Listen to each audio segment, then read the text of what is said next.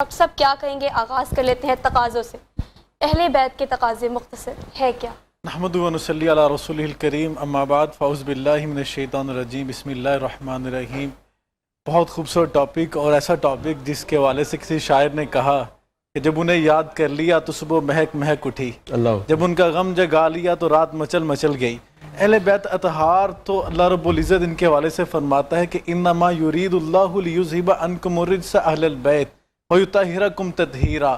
اللہ فرماتا ہے میں نے ارادہ کر لیا ہے کہ اہل بیت کے دل سے دنیا کی میل اور کچیل کو پاک اور صاف کر دوں. ویطہرکم تطہیرا، ایسے پاک اور صاف کر دوں اس طرح پاک اور صاف کرنے کا حق ہوتا ہے. جب یہ آیت کریمہ نازل ہوئی، آقا علیہ الصلوۃ والسلام نے فدع علی و فاطمۃ والحسن والحسین وجللہم بکسائن وقال اللہم ہؤلاء اہل بیتی. آقا نے حضرت علی المرتضیٰ کرم اللہ وجہ الکریم کو بلوایا، سیدہ فاطمہ الزہرا سلام اللہ علیہا کو بلوایا، جناب امام حسن امام حسین علیہ السلام کو بلوایا، اور نبوت کی چادر مبارک جسے اللہ رب العزت کبھی کہہ رہے یا ایھا المزمل، کبھی یا ایھا المدثر، وہ کندھوں سے اتاری اور اپنے سر مبارک پہ لے لی، ساتھ ان چار نفوس قدسیہ کے سر پہ دے دی، اور فرمایا وقال اللہم ہؤلاء اہل بیتی، اے اللہ یہ میرے اہل بیت ہیں. اور کون؟ سیدہ فاطمہ الزہرا سلام اللہ علیہا، جن کے حوالے سے آقا علیہ الصلوۃ والسلام نے فرمایا فاطمہ بضعۃ منی فمن اکذبھا فقد اکذبنی. فاطمہ تو میرے دل کا ٹکڑا ہے، فاطمہ محمد کے دل کا ٹکڑا ہے. اور کسی نے کیا خوب ترجمہ کیا کہ فاطمہ میرا حصہ ہے، جس نے اس کو دکھایا اس نے مجھے دکھایا، میرا دل دکھا دیا، مجھے غم زدہ کر دیا. اور کون سا دل جس کے حوالے سے اللہ رب العزت فرما رہا ہے نزل بہ الروح الامین علی قلبک لتکون من المنذرین، وہ دل جس کے اوپر اللہ رب العزت نے قرآن کریم نازل فرمایا، اس دل کا ٹکڑا سیدہ فاطمہ الزہرا. وہ سیدہ فاطمہ الزہرا، وہ اہل بیت اطہار. آپ نے پوچھا تقاضے کیا ہیں؟ قرآن کریم میں اللہ رب العزت نے ساری سیرت طیبہ ہی بیان کی ہے. آقا نے ہمیں جہنم سے بچا کر جنت میں لے جانے کے لیے کیا کچھ نہیں کیا، کیا قربانیاں نہیں دیں. آپ کل کے پروگرام میں بھی کہہ رہے تھے آقا نے پتھر بھی کھائے، تانے برداشت کیے، لوگوں کے ظلم و ستم کو برداشت کیا، لیکن اللہ کے رسول صلی اللہ علیہ وسلم نے کوئی مطالبہ نہیں کیا، کوئی آپ نے کوئی ڈیمانڈ نہیں رکھی.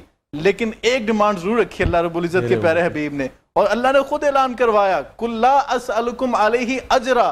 آپ اپنے حبیب کو کہہ رہے ہیں کہ اللہ فرما رہا ہے کہ اے میرے پیارے حبیب آپ اعلان کر دیں قُلْ لَا أَسْأَلُكُمْ عَلَيْهِ أَجْرًا، میں تم سے کوئی چیز نہیں مانگتا إِلَّا الْمَوَدَّةَ فِي الْقُرْبَى، اگر مانگتا ہوں تو اپنے اہل خانہ کی محبت مانگتا ہوں. وہ کون سے اہل خانہ جن کے حوالے سے اللہ کے رسول نے فرمایا وَالَّذِي نَفْسِي بِيَدِهِ لَا يُبْغِضُنَ أَهْلَ الْبَيْتِ أَحَدًا إِلَّا أَدْخَلَهُ اللَّهُ النَّارِ. اللہ کی قسم کھائے کہتا ہوں جس کے قبضہ قدرت میرے محمد کی جان ہے کہ ہم سے اہل بیت سے کسی کے حوالے سے بغض نہ رکھنا. کیوں؟ إِلَّا أَدْخَلَهُ اللَّهُ النَّارِ، جس نے ہم میں سے کسی اہل بیت کے حوالے سے اپنے دل میں بغض رکھا، یاد رکھے جہنم کی آگ سے وہ چھٹکارا نہیں پا سکتا. وہ اہل بیت اطہار، وہ سیدہ فاطمہ الزہرا سلام اللہ علیہا. آقا علیہ الصلوۃ والسلام فرماتے ہیں، حضرت حذیفہ بن یمان رضی اللہ تعالیٰ یہ روایت بیان کر رہے ہیں، کہا میں ایک دن نماز کے بعد، عشاء کی نماز کے بعد آقا کے پیچھے پیچھے ہو لیا. آقا نے میرے قدموں کی ہٹ پہچان لی. کہا حذیفہ بڑے دن ہو گئے آئے نہیں تھے میرے پاس. حذیفہ فرمانے لگے اللہ کے رسول صلی اللہ علیہ وسلم مجھے بڑے دن سے میری ماں کہہ رہی تھی تم اللہ کے رسول کی خدمت میں پیش نہیں ہوا، میں اپنی ماں کے حکم سمجھ کے آپ کے پاس حاضر ہوا. آقا نے فرمایا تمہیں پتہ آج میرے پاس وہ فرشتہ آیا جو دنیا میں سے پہلے کبھی نہیں آیا، اور اس فرشتے نے اللہ رب العزت سے اجازت چاہی، اے اللہ میں دنیا میں جانا چاہتا ہوں. اللہ نے پوچھا کیوں جانا چاہتے ہو؟ کوئی سیر کرنا چاہتے ہو؟ کیا مقصد ہے؟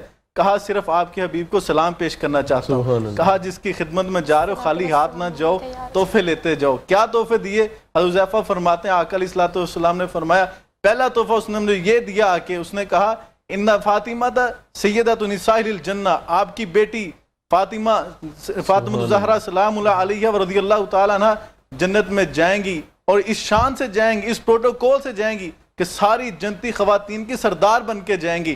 اور دوسرا تحفہ کیا دیا؟ اللہ اکبر. آج اتنی میں ایک پوائنٹ کی بات کرنے لگا ہوں کہ آقا علیہ الصلوۃ والسلام نے فرمایا دوسرا جو تحفہ یہ دیا نا وہ اسنین کریمین کے حوالے سے. آج لوگ اسنین کریمین پہ اعتراضات کرتے ہیں، لیکن یاد رکھیے یہ حدیث مبارکہ اسنین کریمین کی عمر اس وقت 5 یا 6 برس تھی جب یہ حدیث مبارکہ جو میں بتانے لگا ہوں. آقا علیہ الصلوۃ والسلام نے فرمایا مجھے دوسرا تحفہ یہ دیا ان الحسن والحسین سیدہ شباب اہل الجنہ، میرے حسن حسین جنت میں جائیں گے تو جنتی نوجوانوں کے سردار بن کے جائیں گے. اور بیٹے کس کے؟ حضرت علی کے، حضرت فاطمہ کے. 5-6 سال کی عمر ہے. اللہ عالم الغیب ہے، اسے پتہ ہے کہ بعد میں جو ہے کربلا کا مارکہ ہوگا، کربلا برپا ہوگی اور میرا حسین حق پہ ہوگا. اس لیے 5-6 سال کی عمر تھی، ابھی جوانی نہیں دیکھی تھی، ابھی بڑھاپا نہیں دیکھا تھا، بچپن میں جنتی نوجوانوں کے سردار بنا دیا۔ وہ اہل بیت اطہار جن کے حوالے سے اللہ رب العزت فرما رہا ہے ان اللہ و ملائکتہ یصلون علی النبی، اے اللہ بھی نبی کریم علیہ السلام پر درود و سلام بھیجتا ہے اور فرشتے ہی بھیجتے ہیں۔ صحابہ نے پوچھا اللہ کے رسول ہم آپ پہ کیسے درود پڑھیں؟ کہا درود اس طرح پڑھو اللہم صلی علی محمد وعلی آل محمد۔